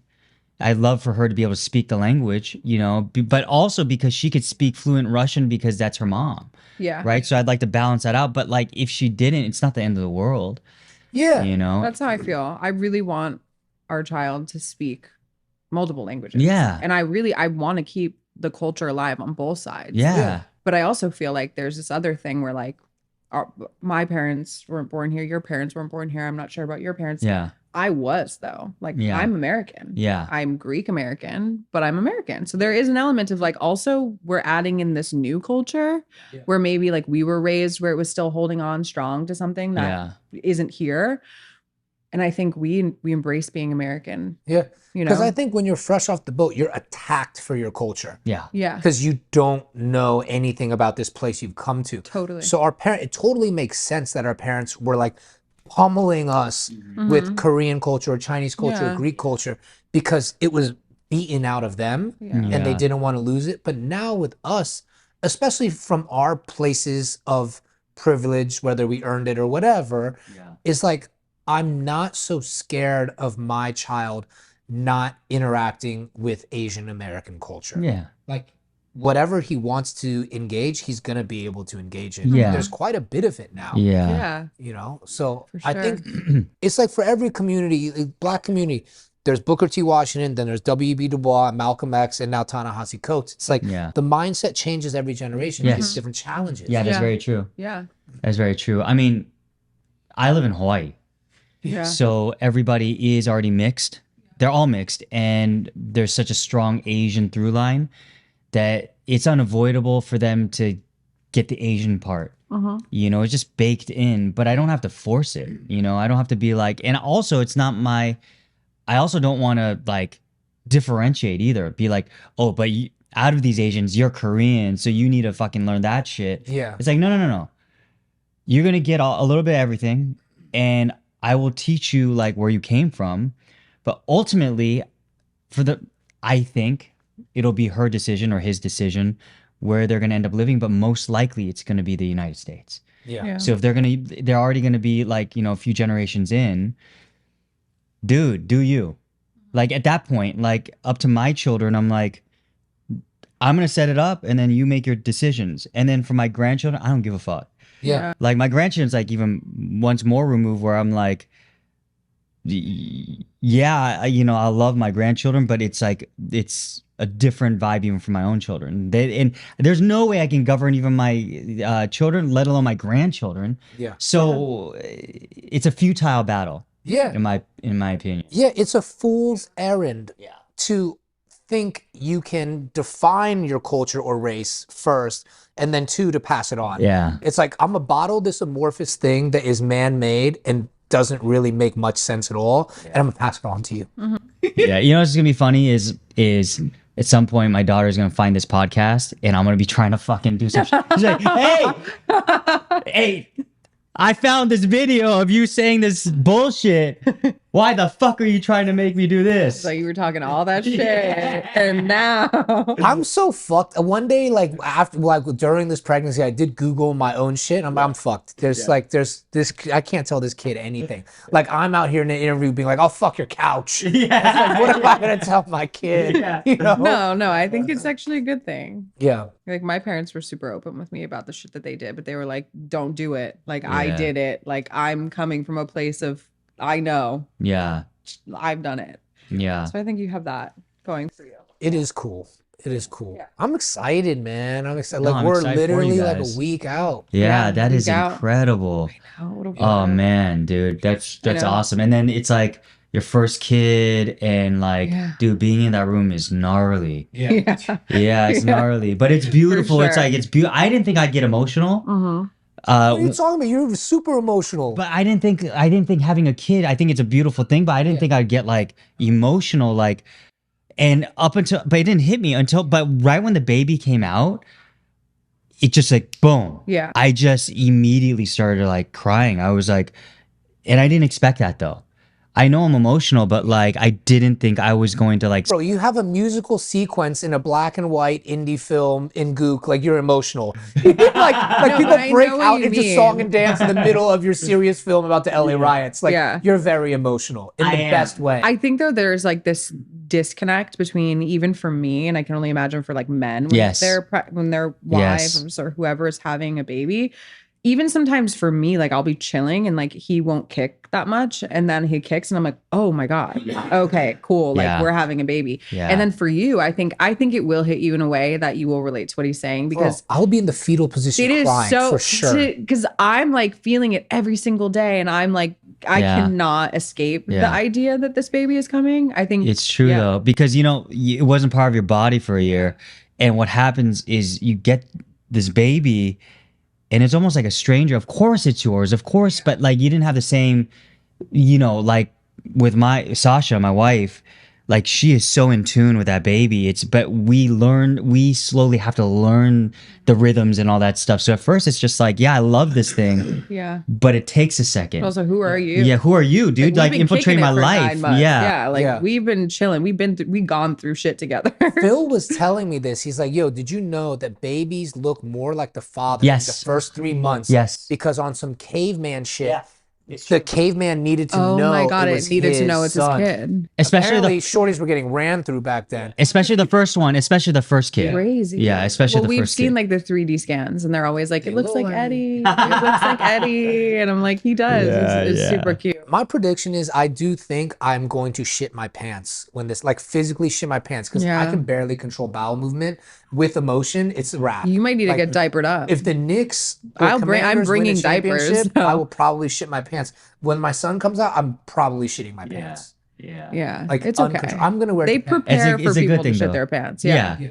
There's things avail. I shit myself when I came out of my mom. I was covered in shit. Well, a lot of women shit as well. Yeah, when It's, they're like, pushing, common, yeah. That's what they tell you. It feels Yeah. like you're like taking a shit. Yeah. Kind Like of. a big shit. Yeah. But you've never taken a shit in your life. No, it's the first one. I'm so excited. Yeah. Finally. I think I'm gonna be on the ground shitting my pants. Yeah, it's gonna be intense, but I think it's like the best kind of intense. Oh, it's you've ever beautiful. It's experienced in beautiful. your How many life. times you get to do that in your life? Yeah. You created a I know. human. It's crazy. Every time wild. you look at this thing, you're like, I we know. made this You're thing. like, you're me Yeah. and that person. Yeah. So crazy. It's really wild. Yeah. But yo, Hawaii, I wanted to talk know. before I forget. I didn't mean Yeah. to just segue into Hawaii, but it was your Instagram story that got me on this, talking about each family only got $700, Mm-hmm. and like that really upset me. And I went to all the articles, and I'm like, that feels crazy to me. Fucked up. Yeah. Yeah. It's a long, I mean, we can talk about for hours about history and How about 20 minutes? yeah, no. But like, no, I want to make it brief because we wouldn't do it justice. And also just know that indigenous people in Hawaii, Hawaiians have been getting fucked over the entire, and we all Yeah. know from even just Native American history, it's all sorts of fucked. And the fact that like, it's still not going to stop. Like, I mean, everyone's going to try, like, especially this time, everything's so more transparent, but everything's coming out. And like, that was, my locations guy for my last thing, which was a Hawaiian thing, he lives in Maui. So I called him right away. I was like, yo, are you okay? He's like, yeah, I'm fine. He said, but what I'm not fine with is what's about to come. And I was like, well, he's like, dude, we've been through this before. Yeah. And, like, they're going to try to gentrify the shit out of Lahaina. All the local people are going to get pushed out. They're going to have to move out. People are going to get land grabs. You're going to see these fucking condos go up. He was like, immediately, like, watch the vulture starts. They're already circling. That's what he told me. And I was like, oh, shit. It's gnarly stuff. And, there's no simple answer, and everybody's just got to do their part, and we'll see what happens. Yeah, we're literally watching modern colonialism. For sure. Like there wasn't television and media when the Mexican-American War happened, and Yeah. we basically put all our soldiers on the border between America and Mexico, and basically like lured them into doing something silly, and then be like, now we're gonna take your land. Yeah. But it's not even just land, it's like water rights, all sorts of stuff that we are now starting to learn and understand how like you really can use water as a weapon. And this is the right of the Hawaiian people, these natural stream, because in Hawaii it's called ahupua'a, and basically the water comes down from the mountains, and the system they used to have was like a pizza slice, and you use only as much as you have, and you send the rest of the water down for the terra farms and all that stuff, and they've all been dammed up and diverted, and it's just not natural. And it's dude, people existed in a holistic, natural way before, and I'm not saying that we can get back to that, but like the way, not only the land but like the water, and there's all this sort of insidious shit that like even I'm learning living there that is so gnarly. So bad. For sure. Yeah. I don't know how much we can go back to it. I would love to try, but I think it would really take all of the major nations coming together, and like this is like some futuristic sci-fi shit, but I really do think that like everyone just needs to be one country and then equitably share. But like it's so fucking impossible. Like look at our own country. Even when we vote for liberals, they're so fucking corrupt. Yeah. Like, and I'm not trying to dog the party that I subscribe to and vote for, but like I do think part of democracy is speaking up within your community and being like, yo, I don't think that we execute these laws and these policies in an equitable way, which we voted for. I don't think the actions are reflecting what we're voting for. I heard your episode of Rogan, and I remember you talking about this, and I think I wish we could do that. I really wish we could do that. It's just when it's like, and you can't stop capitalism. It's so strong that's why I don't know if, unless the common language of money is involved, I think it's so hard to live as one. There's teams, man, and it all has to do with money, it's and power. Gonna take a natural disaster. It's gonna take a force majeure, something from another realm that strikes humans down, for us to check ourselves and realize that like we actually should never have had this much freedom. But that's what's crazy with COVID is you would think that when that happened, we all had to deal with that shit. And we still it got worse. I was gonna say it got worse you after. saw half the people didn't want to follow the rules. They didn't want their freedom restricted, even to wear a mask. It was like crazy. But and that was the force majeure. That was the Exodus type thing, and it's gonna take something else. But it was interesting because I do feel like in the beginning of COVID there was a little bit of hope that things would change. Yes, there was, and people there was conversations. Like there was definitely discourse around it, and then it felt like it just got to a point and nobody cared anymore, and it was like, fuck it, let's just. You're right though. In the beginning, people were like, well, if this is gonna help everybody. So that it doesn't spread, people were falling in line. So I think, you're right. There was this moment of hope where maybe we can all get along. I think people innately do want to help other people. Like I don't think people are innately bad. And then I think that panic strikes, and then it's just, I'm going to look out for myself because people feel that the government will never look out for them, especially in this country. So I think a lot of that distrust plays into the me versus them. I would say whatever it is. All the places I've traveled, there's 3 really, really special places, and they were very special to me, and they opened my eyes because of man's relationship to the land and the other animals present and to each other. Hawaii, Jamaica, Mongolia. Hawaii, so many different types of people mixing, and the way that they have preserved natural resources and over the course of history had been sharing and stuff was very interesting. Obviously, they still had like tribal fights and battles like everything else, but there was like a line and boundary that they were not crossing, right? Jamaica was really interesting to me because so many people were brought as slaves and indentured servants from Africa, from India, from China, and they really do have a thing like in Hawaii and Jamaica where you could be Japanese, you could be Chinese, you could be Indian, you could be West African historically, but they're like, we're Jamaican. And in Hawaii, it's like, we're Hawaiian. Yeah. Right? Like people really buy in. Yeah. And those two places are magical because I've never seen another country or place where people would shed their native skin. And so this was like my big through line today. Was I think a lot of people move to Hawaii and they're like, it's not as important to be Chinese or Japanese or Filipino. Yeah. We're buying into something new.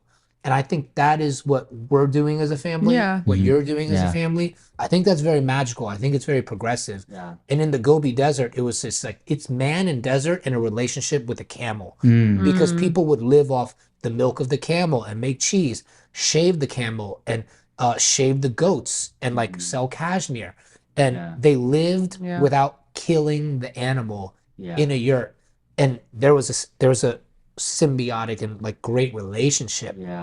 And I just think there are examples of how man can exist. Can we, as American born and raised people, turn back the clock and do it? Can anybody, could Chinese people, could Russians do it? I don't know.